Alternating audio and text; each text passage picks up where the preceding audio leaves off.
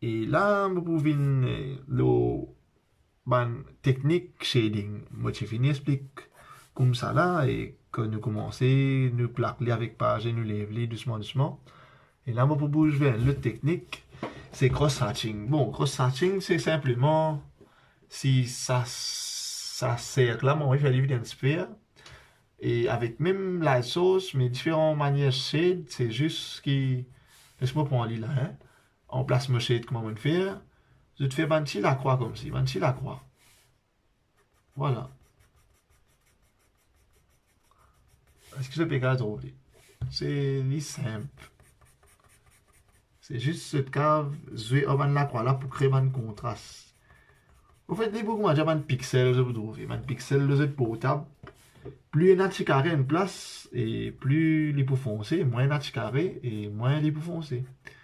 C'est exactement un peu le même principe. Mais à ce là, ça, disons, on applique dans une surface qui est plate, un carré, un rectangle. Et cross-hatching, il n'est pas autant compliqué. Voilà. Et c'est cross-hatching comme ça. Hein. C'est juste de faire un petit strokes avec ce crayon.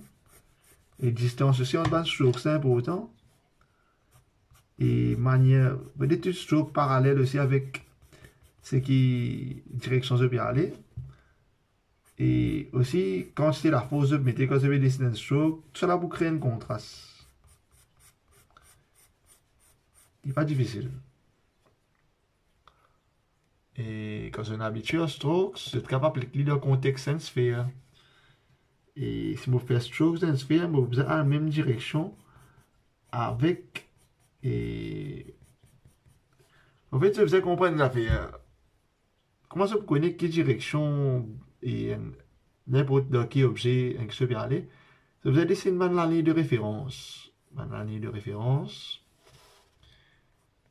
Et une guideline.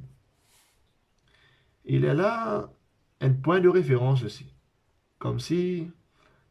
Et t'as l'air pour dessiner une pomme. Enfin, plutôt pour dessiner une pomme, mais dans le contexte, ça se fait là. Et ça, c'est un cercle avant, on fait lui une sphère. Et je vais essayer d'imaginer qui direction et ben, la ligne là, puis aller. Et de trouver un point de référence. Disons, moi, on vit prendre des piles au centre, comment j'ai. On vit prendre des piles au centre, mais c'est de commencer comme ça. Et là, sur ça là-bas, quoi, une fois. Et ça avec un stroke, essayer de créer un contraste. Et prendre doucement, doucement. Pas de pressé.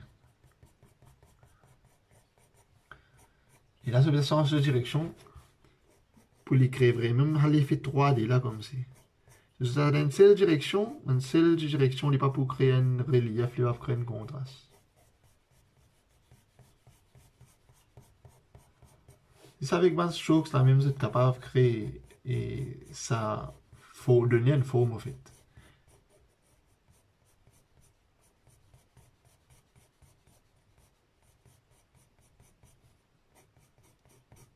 Et je suis capable d'accentuer lui encore une fois. Ça veut dire appuyer un peu plus fort et remettre la ligne côté design. Hein.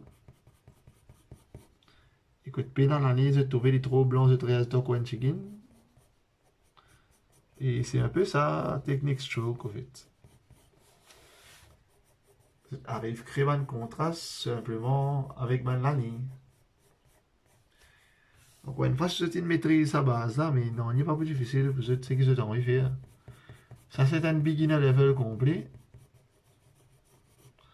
Et même man chat de là, je peux créer avec man stroke, encore une fois, je vais dessiner un petit et une référence, comme si que le chat de là peut être. Et je vais aller avec man strokes.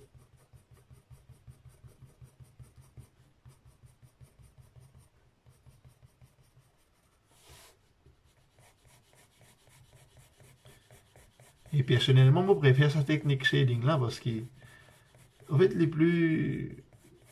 Je déjà connais qui style nous envie de dessiner, en fait. Il y en a un réaliste, il y en a un peu cartoon, il y en a un peu honte, il y en a abstrait. Et, mais moi, personnellement, je ne suis pas trop vers le réalisme. Et, mais si j'ai envie de dessiner le réalisme, sa technique là, bon. Et là ou là, quand je mets le crayon un peu en horizontal, parce qu'il est un peu plus smooth, comment ça vous trouver, et il n'est pas pour autant rough. Mais moi, je préfère faire une affaire caricaturale, je capable de dire. Mais là, dans ce contexte-là, il stroke un peu plus mieux.